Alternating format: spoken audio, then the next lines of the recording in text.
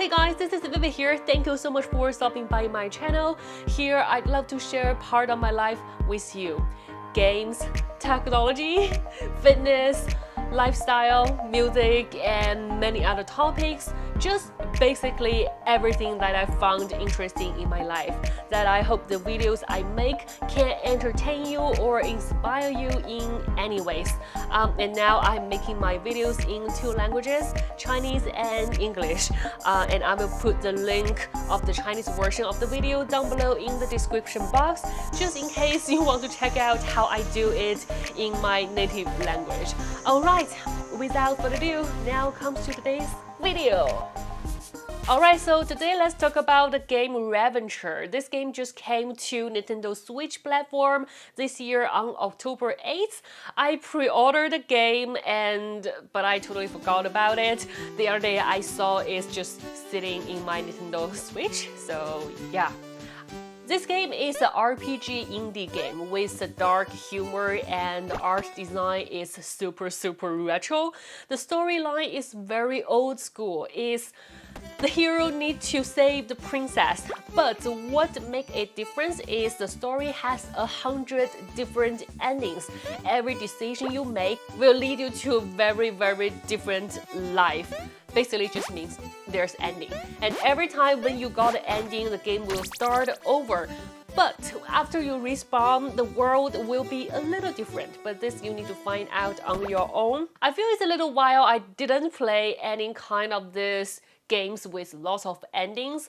The trend, I think it was maybe 10 or 15 years ago. And now let's talk about what I love about this game. So firstly, the biggest feature of the game, of course, is the 100 endings. Now I played for maybe an hour or 2, only unlocked the 10-ish endings. Still a long way to go. At the very beginning, I didn't expect that it's so easy to trigger the endings. And my first ending is just when I started the journey, when I got the weapon and I was happily trying out and I just killed the elder right next to me by mistake. But it's just because the art design, it is so retro, I didn't realize that is a person. So what I need to do next is very obvious, just to kill everyone I saw in the game to get the endings, because just as what I predict that kill different person will lead you to different endings. And I feel that 100 endings is not too many and it's not too less. It's just right for you to do the collections. The game, it is easy, but not that easy. The map is still big and I still feel that after 1 hour, still lots of map I haven't explored yet. And yes, for sure, when I'm playing it, I totally forgot what I need to do, which is to save the princess. I was just exploring different part of the map, doing this and that, and wherever you go, whatever you do, there is an ending waiting for you. Even just I am go fishing, I don't heard that this is a joke from World of Warcraft. I don't know that. So where is the princess? Who is the princess? I don't care about the princess. I just want to get all the endings. And what's more funny is every time when you respawn, the game will give you some weird explanation of how you respawn. Like you will either get the heritage from your brother, or you just became a monster, or you become a cat. It's just so weird, but there is an explanation for that. Do you think that to get certain endings, you need to be a certain character? I guess I'm gonna have some difficulty at the very end of the game. I think I'm gonna check out how to get those 100 endings. And every time we respawn, it seems like starting over, but the world will be a little different. For example, after you kill the guard, next time when you respawn, there will be a little grave and with a sword onto that. For example, after you kill the king, there will be a portrait, I guess, of the king hanging on the castle's wall. For example, after you unlock the endings of the cats, the Paolo, there will be cats standing on the castles everywhere. Okay, I don't want to get you any more spoilers.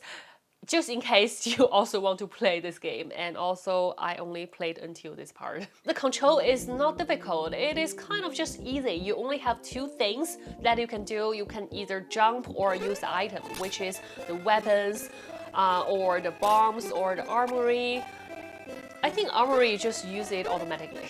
And so far, I think the game is pretty easy, very relaxing, not stressful, not too stressful. Even though you don't have a good controlling skills, you can still play this game, but this is only at the beginning part of the game. I don't know if at the later part it's gonna be the similar. So far, it's pretty easy for me to get lots of endings, so I feel the pace is pretty fast.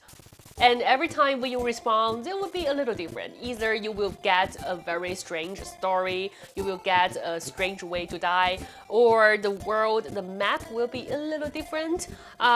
So you won't feel that you're repeating the same progress again and again. But there's one thing I'm a little confused about, that it led me to choose the difficulty level of the game. There's two, casual and fearless. I changed the difficulty level, but I don't feel much difference. And one good thing about the Nintendo Switch version is because the game is retro style, so it's perfect for a smaller screen just like Switch. I guess it would be better for Switch Lite because I mean, it's not good for bigger screen. It will burn your eyes. And just as what they described in their Discord, they said after the Nintendo Switch version came out, and you can play this game on your toilet. What's wrong with the toilet? It makes me feel a little disgusting, and it's so weird, and even has a toilet in their game. I don't know what's the joke about it. If any of you know about it, please just comment below, tell me about it. I am always very curious about the translations in different languages. So yeah, for sure, I tried out the Chinese version. The translation is quite interesting. It's funny, and I can tell there are some kind of jokes from the modern world and some terms we use in the modern world and some dirty words.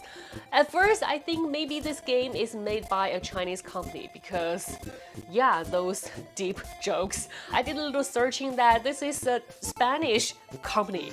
My friend Eddie Hu, who is an indie game designer, told me that considering that they're using some dirty words, and also it is an indie game, so probably they're just found some volunteers to do the translation. I joined their official Discord and I did search the history, and I found out, yes, they did use the volunteer. Who did the Chinese translations. They have the credit for the person who did the translation for the other language, just except Japanese and Chinese. So I am going to find out the credit in the game. If I can find it in the game, I will insert it here. Oh, by the way, there's a fun thing about their Discord that all the roles in the Discord are the roles in the game. Like the king, the guard, the elder. That's funny. Alright, that's it for my experience and the feelings about this game. In general, just I feel this game is pretty fun to play, and I will give it 8 out of 10, 9 out of 10 for this game. I pretty love it. I'm the type of person who loves RPG, dark humor, and indie games. So do you like pixel or retro or dark humor or indie games? Is there any other similar games you think that I should try out? Please put the recommendations down below. If you like today's video, or if you think my video or my channel has some more potentials, please consider to subscribe to my channel, leave me a like below. Thank you so much, and thank you so much for watching, and I am Vivy. I will see you guys soon in my